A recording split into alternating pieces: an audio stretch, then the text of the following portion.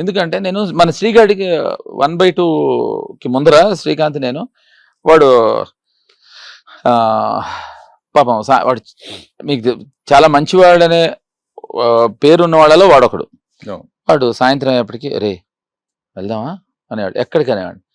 భరద్వాజ గారి దగ్గరికి వెళ్ళి నమస్కారం, అక్కడి నుంచి మనం రవికిషోర్ గారి దగ్గరికి వెళ్దాం, అక్కడి నుంచి ఎందుకు వెళ్ళాలి అని ఒకసారి కొంచెం అందరితో బాగుండాలిరా, అవతల వాడికి అక్కడికి ఇష్టం అయితే పెట్టుకుంటాడు, లేకపోతే నేను పెట్టుకోడు, తప్పురా అనేవాడు. సరే నీ ఇష్టం అన్న. నేను సినిమా చేస్తున్నాను ఆదర్శం కాదు, ఇన్స్పెక్టర్ అశ్విని అని, మౌళి గారి డైరెక్టర్.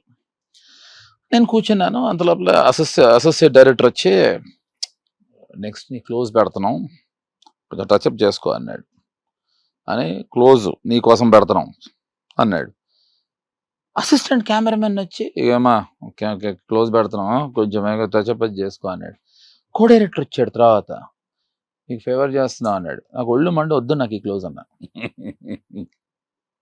అదేంటన్నా నాకు వద్దన్నా, నాకు వద్దు, తీయద్దు.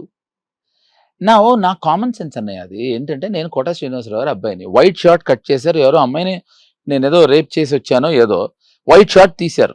తర్వాత ఏమైందిరా అని ఆయన అడుగుతాడు, ఖచ్చితంగా క్లోజ్ తీయాలి, నేను ఇష్టం ఉన్నా లేవైనా, నా కామన్ సెన్స్. సో ఇది ఆర్గన్స్ అనిపించింది వాళ్ళకి, నాకు అక్కర్లేదు తీయద్దన్నా. వెళ్ళి మౌళి గారికి చెప్పారు, వద్దంటున్నాడు అని.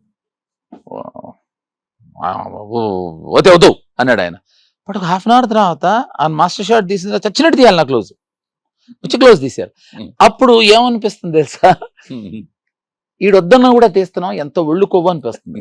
ఇప్పుడు నేను మాట్లాడేది లాజిక్. ఇప్పుడు నాకు నువ్వు ఫేవర్ చేస్తున్నట్టు చెప్పదు, ఎప్పుడు ఫేవర్ చేస్తున్నట్టు చెప్పాలి తెలుసు. మీరు శ్రీకాంత్ 1/2 తీయటం ఫేవర్, రామ్ గోపాల్ వర్మ గారు నాకు శివాలో ఇవ్వటం ఫేవరు, నాతో హీరోగా మనీ అనే సినిమా తీయటం ఫేవరు, సత్య అనే సినిమా నాతో హిందీలో తీయటం ఫేవర్, అది ఫేవరు.